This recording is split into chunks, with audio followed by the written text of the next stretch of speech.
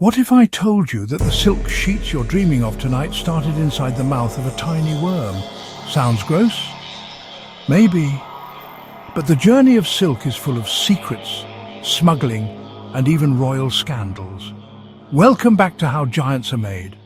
Before we dive in, smash that subscribe button so you never miss the secrets behind your favorite luxury products. Stick around, because you'll never look at silk the same way again. Silk's story begins over 5,000 years ago in ancient China. Legend has it that Empress Lei discovered silk when a cocoon accidentally fell into her tea. The thread unraveled, shimmering in the sunlight, and she realized its potential. China kept this secret for centuries. Revealing it was punishable by death. The Silk Road connected east and west, and silk was so valuable it fueled empires. So how do we go from a tiny worm to luxury sheets? The journey begins with a feast of epic proportions. The only thing on the menu? Mulberry leaves. In just 1 month, a silkworm multiplies its weight 10,000 times, so farmers work around the clock supplying fresh leaves. Once they're plump, the real magic begins. The silkworm secretes a liquid protein that hardens into a single, continuous filament, spinning for days to create its cocoon. The result is a protective casing made of a single strand of raw silk that can be up to 1 kilometre long. Picture reeling a spaghetti noodle longer than 9 football fields. It's an incredible feat of natural engineering. After spinning, the cocoons are carefully collected. And here's where things get intense. To get that perfect unbroken thread, most cocoons are boiled. This kills the pupa inside, preventing it from breaking the filament when it hatches. But it also softens the keratin, the natural gum holding the cocoon together, which is critical for the next step.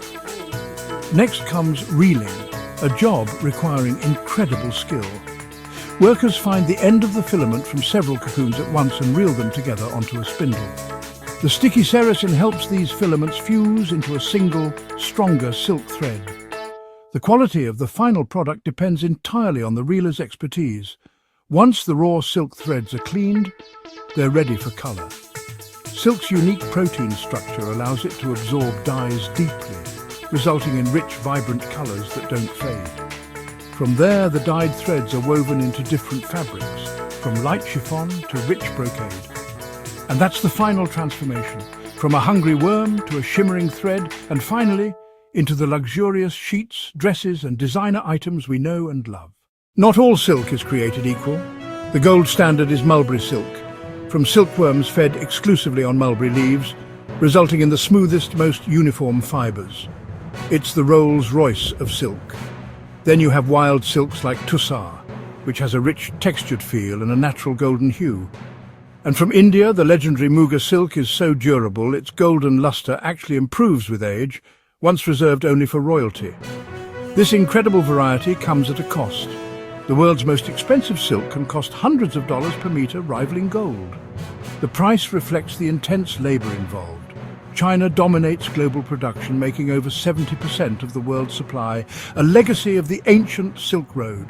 India follows, uniquely producing all 4 major silk varieties, while Thailand and Vietnam are renowned for their traditional weaving. Of course, major fashion houses like Hermes and Prada rely heavily on it.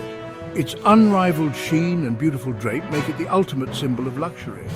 But silk isn't just for looking good, it's a high-tech super material. Its strength and biocompatibility make it perfect for absorbable surgical sutures. It was the original material for parachutes, and today scientists are using silk proteins to build biodegradable electronics and advanced medical implants. This ancient fibre is literally weaving our future. But the story of silk isn't over. In fact, it's entering its most futuristic chapter. As we become more conscious of the ethical and environmental footprint of our clothes, innovators are scrambling to reinvent this ancient luxury. Enter vegan silk. We're talking about a whole new world of textiles, from lotus silk, an incredibly rare fabric made from flower stems, to banana silk, a durable material made from agricultural waste. But the real game changer is lab-grown silk, where scientists are brewing silk proteins in vats, promising the luxury of silk without the traditional farm. And much of this research is chasing the holy grail, spider silk. Why? Because it's a natural supermaterial. By weight, It's 5 times stronger than steel and tougher than Kevlar. The problem is spiders are territorial cannibals. You can't farm them like docile silkworms, put them in a box together and you just get a cage match. So recreating their silk in a lab is the ultimate prize for materials science. But let's not forget the original superstar, the silkworm. The scale of traditional silk production is mind-boggling.